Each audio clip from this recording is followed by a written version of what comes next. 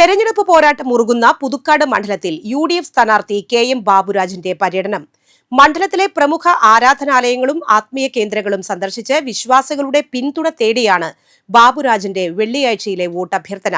രാവിലെ വരന്തരപ്പള്ളി പൗണ്ട് മുസ്ലിം പള്ളിയിലാണ് സ്ഥാനാർത്ഥി ആദ്യമെത്തിയത്. വിശ്വാസികൾക്ക് ഈദ് ആശംസകൾ നേർന്നാണ് മടങ്ങിയത്. തുടർന്ന് ചെങ്ങാലൂർ നരശില ശ്രീ മഹാദേവ ക്ഷേത്രത്തിലെ തിരുവാതിര മഹോത്സവ കൊടിയേറ്റ ചടങ്ങുകളിലും ബാബുരാജ് പങ്കുചേർന്നു.